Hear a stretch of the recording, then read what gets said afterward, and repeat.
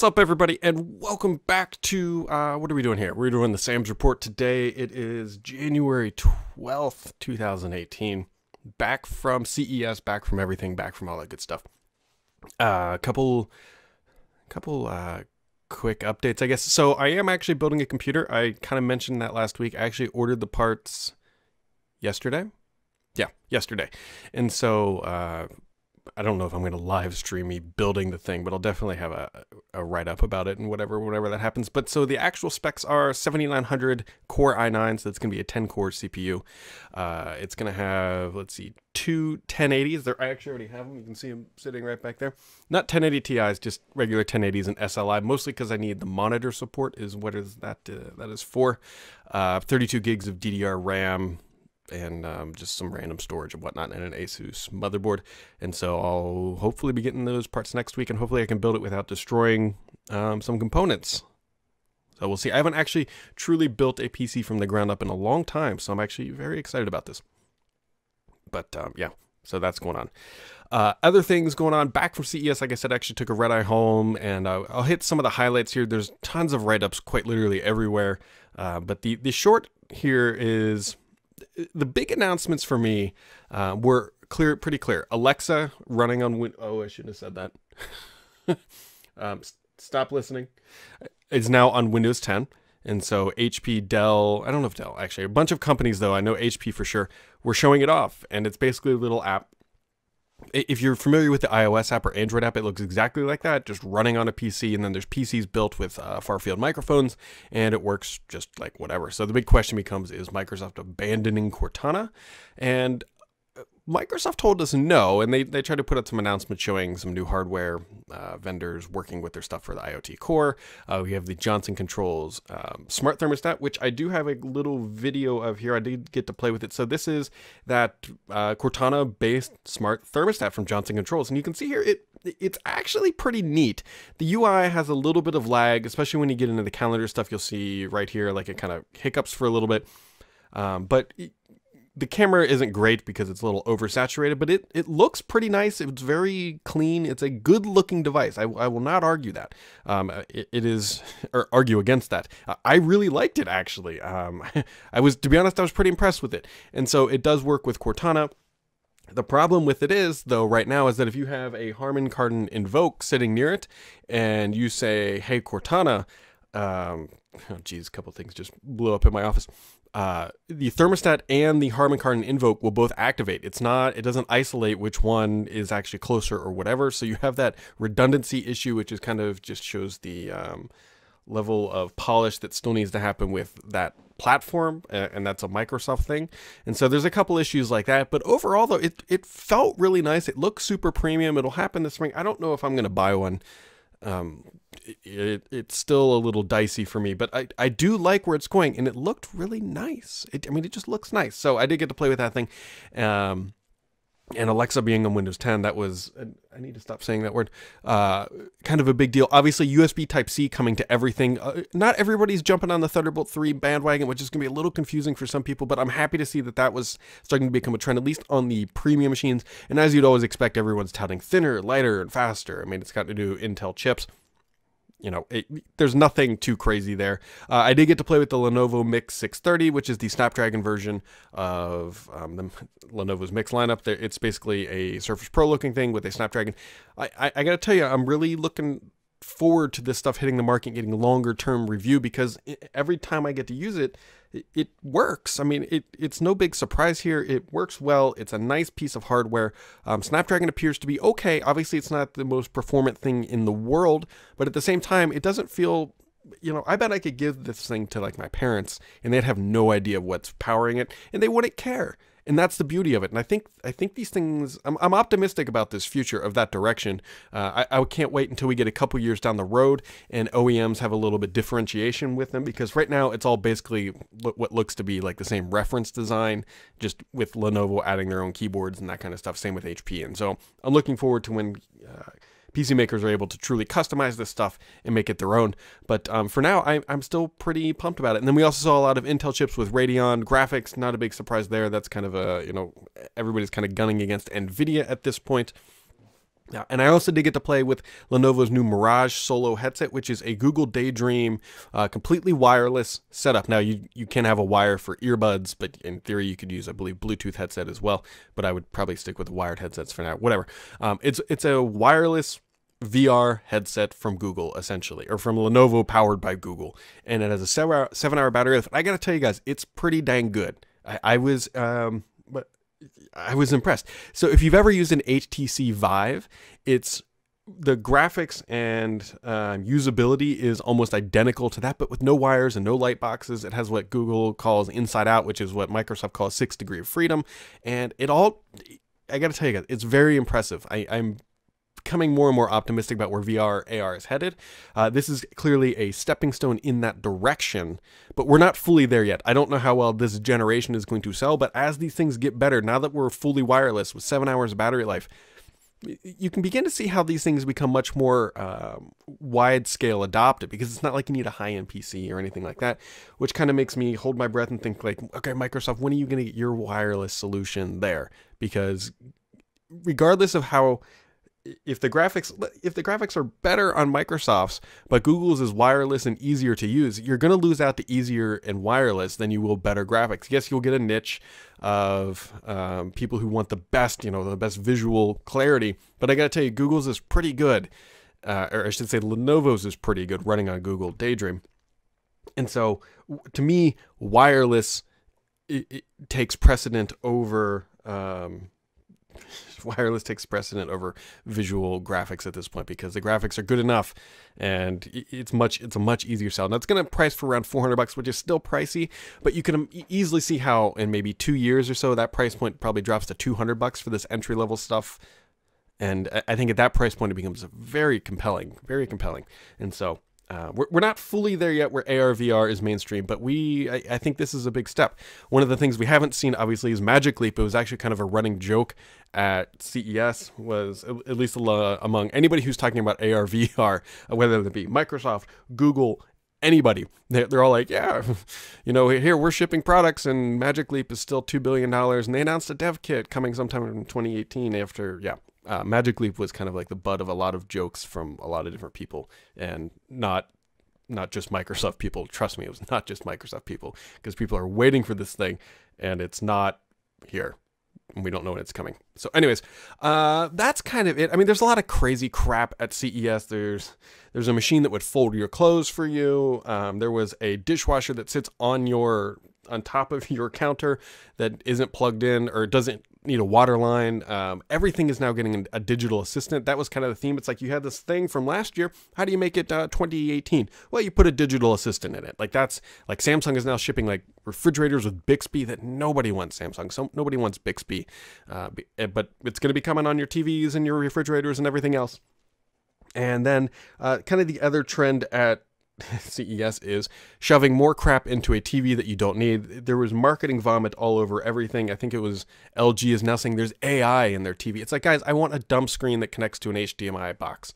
That's it. Like, I don't need AI in my frickin' TV. I just need it to frickin' work, make it thin, make it cheap, but they have to find a differentiator, so they're shoving AI into TVs, man. Like, it kills me how hard these companies are trying to differentiate a TV that is basically just a dumb screen. I don't know about you guys, but I don't really use the apps. There are some good apps even on this one back here. This is a Samsung TV, like 1 or 2 years old, 4K. It's beautiful set.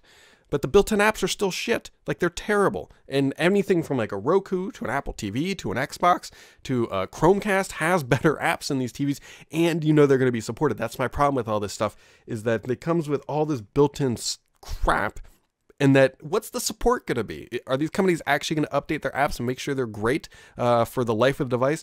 I mean, refrigerators last 10 plus years. Are they going to update Bixby for 10 plus years on that particular refrigerator? I'm going to go with no, they're probably not. So anyways, there wasn't a whole lot of like real crazy stuff. I can tell you absolutely clearly, the ultimate winner of CES 2018 was Qualcomm.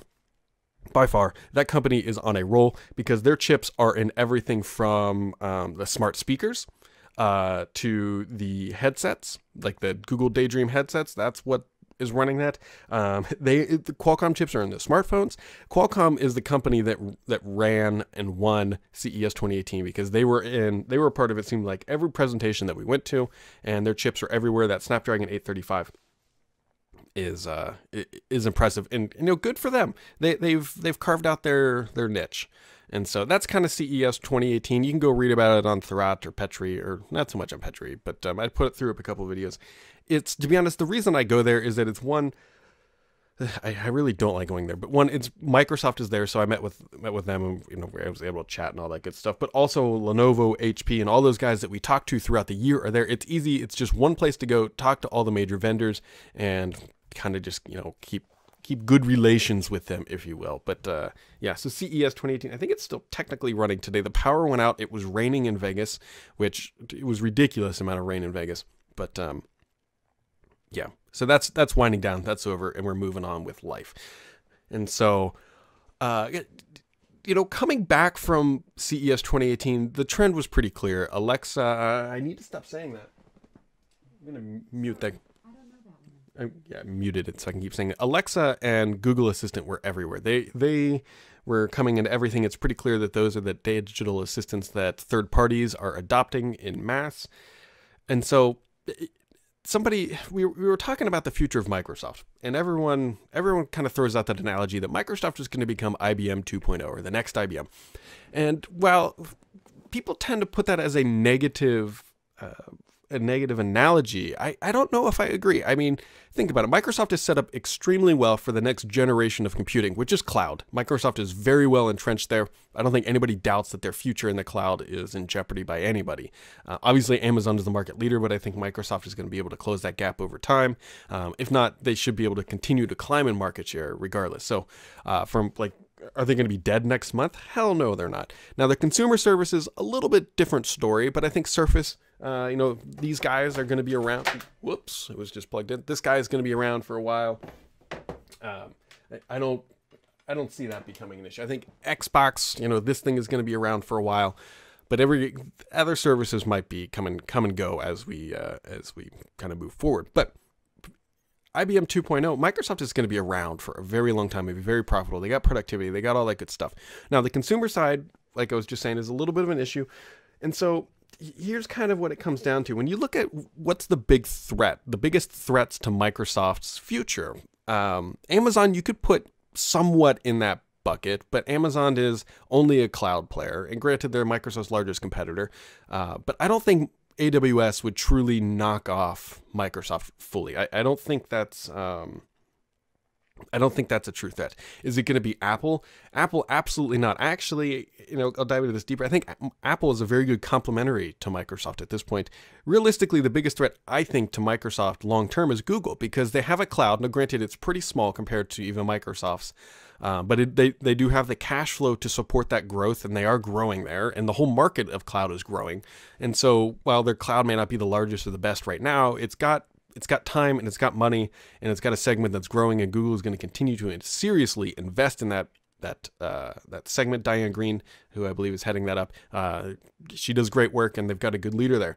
Then on the PC side, they have Chrome OS. Chrome OS, it's not a true Windows replacement, but it's a good replacement for a lot of people. And so Chrome OS is going to be very challenging for Microsoft long term as things become thinner and lighter and more browser and web based. Chrome OS is a very viable option. And then of course they have Android, right? So Google kind of has the desktop play. Granted, it's still growing and it's very much in its infancy, but they have a desktop. They have a very mature mobile segment. They have a cloud segment. They have impressive AI. Google, in my opinion, has the best AI. Their Google Assistant blows Alexa out of the water. It's not even close. And I actually think that they will eventually surpass Amazon in this segment. So they have the best AI. They've got a good cloud. And so when people say, hey, I'm a Windows Phone fan, but obviously Microsoft has no mobile, and they say, Brad, where should I go? And typically a lot of people say you should go to Android. And I understand why, because it's customizable, more like Windows. You have a little bit better control. It's more, we all know why. We all know why. But if you're truly a Microsoft fan and you're worried about the long-term stability of the company, you should be using an iPhone, in my opinion. Mostly because, let's think about this. So Apple has no cloud. They don't have a cloud. They don't have enterprise. They don't have productivity. Microsoft has a very good cloud, has enterprise, has productivity. Microsoft doesn't have a mobile. Apple does have mobile. Microsoft doesn't have music services. Apple does have music services. Apple is basically a very good consumer company. Microsoft is basically a very good enterprise company. They actually match up pretty well now that Microsoft is no longer trying to basically take over iOS. And all your apps are on iPhone. They're actually better. They run better on iOS than they do on Android. Granted, iOS 11 isn't perfect, but either is Android if you're even getting the latest updates. And so when I look at the long-term tech marketplace, I can see Apple doing very well, doing exactly what they're doing, and I can see Microsoft surviving very well, doing exactly what they are doing. Now, granted, they do overlap in some areas like laptops, but Apple is still pretty small in the laptop market. They sell a couple million every quarter. That's fine, but it's not like they're selling, there's what, like 250 million PCs sold every single quarter or every year. Like they're not dominant in that area. And so when you look at the two companies, yes, they used to be extremely competitive with each other, but as the two companies have matured and kind of found their new place in the market now that we're out of the late 90s and early 2000s, they're very complementary of each other. And I don't know how people think that Google is not the biggest threat to Microsoft and they say, oh, it's Apple. But no, Apple's really not. Apple's Siri is garbage. It's worse than Cortana. It's probably worse than Bixby. I'm not extremely familiar with Bixby. And so I actually think that Microsoft and Apple teaming up would make a lot of sense. And maybe we're going to start to see some of that going forward. And I know some people are going to be like, oh, God, Apple, and like roll their eyes. But you got to look at the reality of where Microsoft is headed and where Apple is headed. Apple is not going to go out build $1 billion data centers. Probably even more than that now. The last number I heard was like 1.1 or 1.2 for Microsoft's each data center. They're not going to go build those out and try to run Windows Server or Linux and sell it to the enterprise. They're never going to do that. That's not who they are. That's not where they're headed. And so they're going to need a true back-end support company, which is what Microsoft frickin' is. Cortana is just the front of all their data processing. And so people get nervous about Cortana, and rightfully so. I absolutely think you should be worried about Cortana's long-term longevity. But at the end of the day, it's just the front end to the Office graph, to the Microsoft graph, to the security graph. They could connect it to any other service, and I'd be very curious to see if Microsoft actually ever decides to start licensing that to, say, Siri or Alexa, or Amazon for that matter, to take on Google, because Google, again, is the one that could actually do this on the back end. Amazon is a very good company, but they don't have the data infrastructure for AI like Google does. Like every time you upload your photos to Google, they're using that to help train their robots. Microsoft does the same thing with Bing and all the photos and stuff that you upload on OneDrive. I would assume, don't quote that. And so Amazon doesn't have that data. Apple doesn't have that data. And that's, I'm a pretty firm conviction at this point that if you're an Apple user, an iPhone user, that's a better move for supporting Microsoft at the end of the day than it is Google, because Google is the next juggernaut. And I'm not trying to just bash Google. I think they're a great company, and I'm happy that they are challenging Microsoft, because that means we, the end user, get a better product. But I know that there's some very annoyed people that Windows Phone isn't a thing, and they're saying, well, I'm holding out and now I'm going to go to Android. But if you want to continue to support Microsoft, I think iPhone's the way to do it.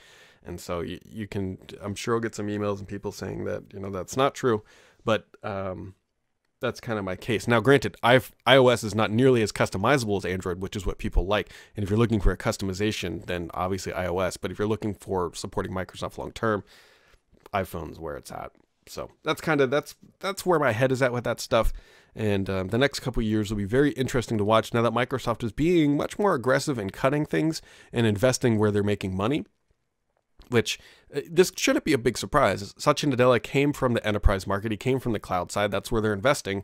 And they're not so much investing in the consumer services because Microsoft can't make money there. Apple can. Google makes some money there too. But again, they're still primarily based off of search at this time. But, things do change. Other things happening in the world of Microsoft and all that stuff.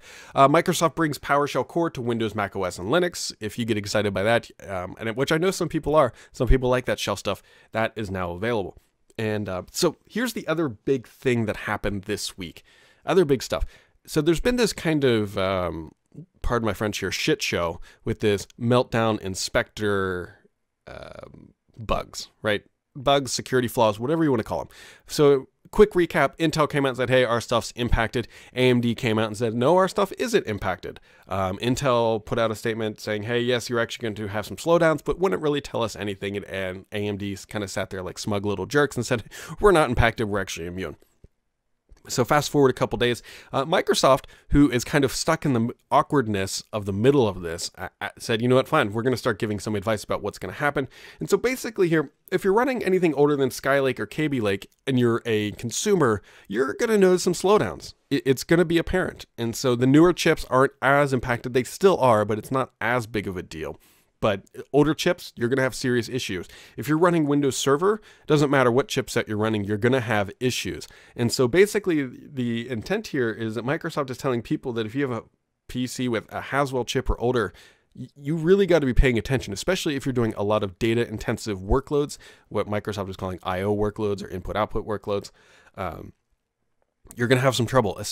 The real concern here becomes in the data center where you have a server or whatever that is running Windows Server doing whatever critical application. Let's say it's running at 80% capacity, which is, that's pretty good, pretty normal. Most people don't run their servers at 100% capacity all the time.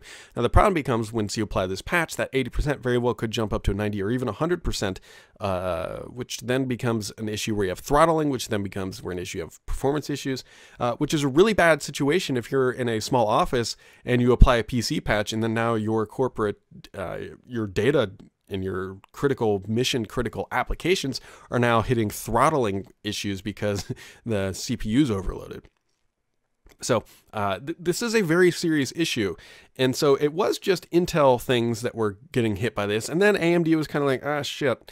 And they came out with some issue. They came out with a statement that's saying, hey, you know what? Actually, some of those Google uncovered issues, I think it's Spectre 2 to be specific, does actually impact AMD, and they're now pushing out patches. And they're also working with Microsoft because some of Microsoft's patches were basically not fully bricking, but not allowing some AMD-based machines to boot.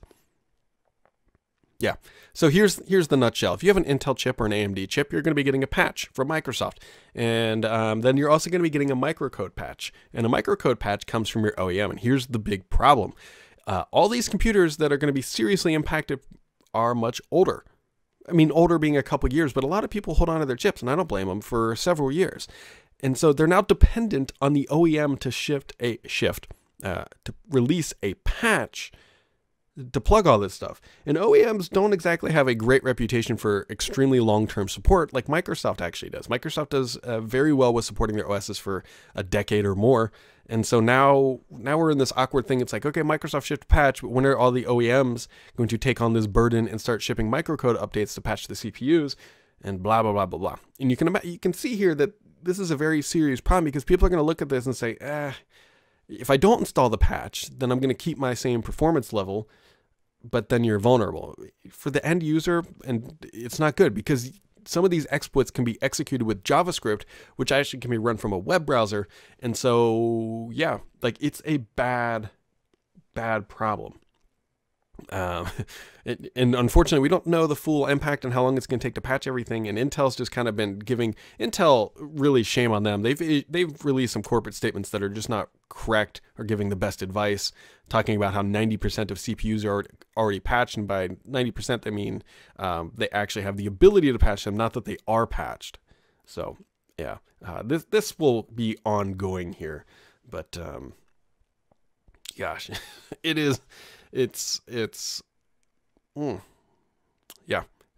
just be on the lookout. And the other thing too here is, what about if you have a custom built PC? Where are you getting your patches from? Is it going to come from the OEM? Is it going to come from the motherboard manufacturer? Who's shipping and protecting those machines? I say that as I'm about to build a new computer probably next week. Fun times. I got to tell you guys, I'm so happy to be back from CES. Let me explain why I don't like CES. I've probably said this 10, 15, 20 times. CES is not in itself not bad. So if it was just myself going to Las Vegas to look at new stuff and try to report on what's happening, that would be great. The problem is that it's me and quite literally 140,000 people as well. And so it's a cluster of just humanity all trying to get to the same place. There's never enough taxis. The hotel rooms are expensive. There's diseases everywhere. And the fact that it was raining and things were flooding because the desert doesn't deal with rain all that well. Who knew? So anyways, I'm going to jump into the questions here. And so Jim Chaplin says, what is the general mood at CES this year? Are people sore at Intel? Are PC builders antsy about what could be a rather angry upgrade cycle? How do folks feel? So I will tell you that the general sentiment was that this show, and I know people say this every year, it seems to be losing a little bit of its luster, at least from kind of like the high end and anything to do with the computing market. Because this year, it always feels like last year, but just a little bit faster, right? It's the same laptops. The thin and light is no longer really a selling point in my opinion anymore because everything is thin and light. Shaving off 10% now is like less than a millimeter. And people are like, we're 10% thinner, but we shaved off half a millimeter. It's like nobody can feel that or tell the difference. Give me better battery life. And so it's just kind of like meh. Like if it wasn't for all the major players there where you can go meet and greet and do all that stuff, I don't know if we would go, because for the other part too is more than half. It seemed like almost everything was announced before the show. It comes out in press releases, and so you can sit and write it up. You have it under embargo. I mean, we got all that stuff from all the major vendors. And so the general sentiment there is that it's just kind of like, yeah, like this is neat. But is this show really showcasing the future anymore? No, because here's why. All these vendors now know that if they hold an event, people will come. And so, yeah, we're not going to see an event for a Bixby-enabled refrigerator. But I will tell you that if I had never had to go to another CES, I wouldn't be upset, because it's not great. Because think about like the revolutionary new laptops. There aren't any. There's nothing that was announced that was so cool and so crazy that it's going to shift the industry, because those types of things are announced at separate events on their own. Like even I was thinking like AR VR stuff, but like all that stuff gets announced by its own. So CES is kind of a lot like walking into a Best Buy that is in the Las Vegas Convention Center. That is kind of the best way to think about it. I wouldn't say it's like a negative move, but a lot of people just look at all this stuff. I mean, like there were humidifiers there that had Alexa built in. It's like, really, like what is the point? And so it's a neat thing. If you've never been, I mean, you should go once. Like it's one of those things that if you have the ability or capacity to get there, I'd say go once, and then you'll truly understand. But at the same time, you're honestly not missing a whole lot. And the other thing that kills me is that a lot of the products we saw, like there's one thing coming from Lenovo. Well, the Mirage Solo heads, it's not like that stuff's launching this week. Like they were showing off they have what's equivalent to the Echo Show from Amazon. They have one for the Google Assistant. And granted, I really liked it, but it's not shipping until July. So they show this thing off, and then it's like, okay, you can't buy it for quite literally 5 months from now, 5.5 months from now. And so, yeah. That's kind of the gripe with CES, is it's here today, but you can't buy until tomorrow, if ever. And some of these products do never actually make it out. So, Peter K says, what do you think if Siri and Cortana would join forces? Do you think they would stand a chance? I actually think that's a smart move. I think it would make a lot of sense for Microsoft to help out with Siri on the back end with some of the contextually aware things. I do think that there's an advantage there. I actually think there's a pretty big advantage if Amazon, Siri, and Cortana would all team up, because Google Assistant is, in my opinion, the best suited assistant for the long-term future. It's impressive how quickly Google is ramping up its capabilities and how well it works and integrates. And so I think there's a lot of benefit. We've already seen Microsoft and Amazon starting to work together, so we know it's possible. We do know it's possible. The question with all of this is Apple is pretty boneheaded about not letting anybody touch their sacred code, even though some of their code sometimes ships like High Sierra without password protections. Whoops. So it's going to require some fundamental changes in Apple's thinking, but if Apple can actually learn to understand and embrace the ecosystem of Microsoft and Amazon for that matter, I think there's a lot of good benefit. But Amazon and Apple teaming up might be a little bit tougher, but I could definitely see Microsoft. I mean, heck, they're already doing some stuff because they've got iTunes coming to the store, which is still happening, by the way. But yeah. The other thing too, I thought we were hoping we were going to hear about further Cortana and Alexa integration at CES, but we did not, unfortunately. Poncelia says, if the demise of is the demise of Cortana yet further evidence that Microsoft's abandonment of mobile is having ripples that are moving throughout the consumer space? Yeah, Microsoft not having a mobile device impacts many. I can almost guarantee that if Windows Mobile was still around, I bet we'd still have Groove. I'm fairly confident in that. Cortana being another one of those things, because most people use their digital assistants on their phone. Now, granted, smart speakers are another avenue, but they're not nearly, I mean, Amazon will sell millions of Alexa-enabled devices this year, and Apple and Google will sell hundreds of millions of phones with these device assistants built in. And so by them not having a mobile platform, yes, it absolutely is having ripple effects on Cortana. I fully believe that. And then Simard57 says, with Outlook Premium going away, what has Microsoft decided to do with customized domains that were provided? So I believe you're going to need to check into this. I thought they were actually migrating them to GoDaddy. It is my understanding. They were doing something they had some sort of partnership with them. And if you have a customized domain with Outlook Premium, you should definitely check into that. They did announce it at one point. So, what a week, guys. I'm very curious to see what people's opinions are. You know, definitely shout out in the comments or whatever about your feelings of Microsoft and Apple actually working closer together. I do think there's serious value there at the end of the day, and I think it makes a lot of sense. I really do. As these two companies get further defined in their next generation approach to computing, yeah, I do think it makes a lot of sense, guys. So that about wraps it up for today, guys. I'm going to close it down here, mostly because I need to get this stuff uploaded. Then I got to go run and grab my kid before her school closes. We're supposed to get a bunch of snow and ice, which means it's going to make for a fun weekend of playing outside. But no matter where you are, I hope you had a wonderful week and a good weekend. We'll be right back here with normal time, normal everything next week on the Sam's Report. Have yourselves a wonderful day.